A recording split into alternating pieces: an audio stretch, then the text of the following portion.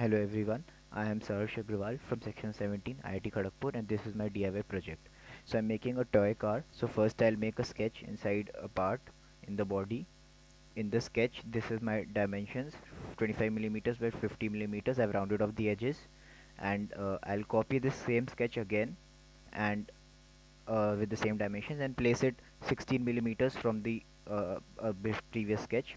Now I'll use additive loft to make a solid out of it, and then I'll copy the sketch again. I'll reduce 13 centimeters from the front and 1 centimeter from the back, and this is what we get.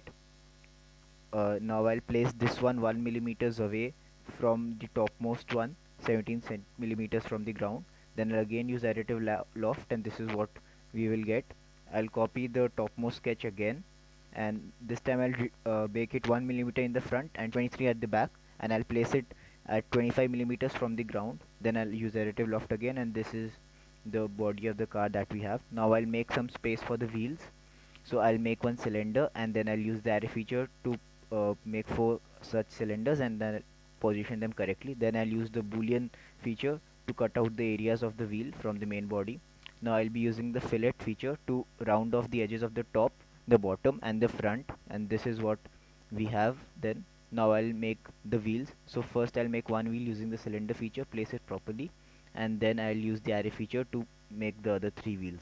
So this is what we have. Now I'll make the axle. So one axle using again the cylinder part, and then making another copy out of it from the array feature, and then placing it correctly. Now I'll be making the headlights. So first I'll draw a sketch, then I'll be using the revolve option to make a headlight like this, and again the array feature to copy it and position it correctly. So this is the car that we have, the final car.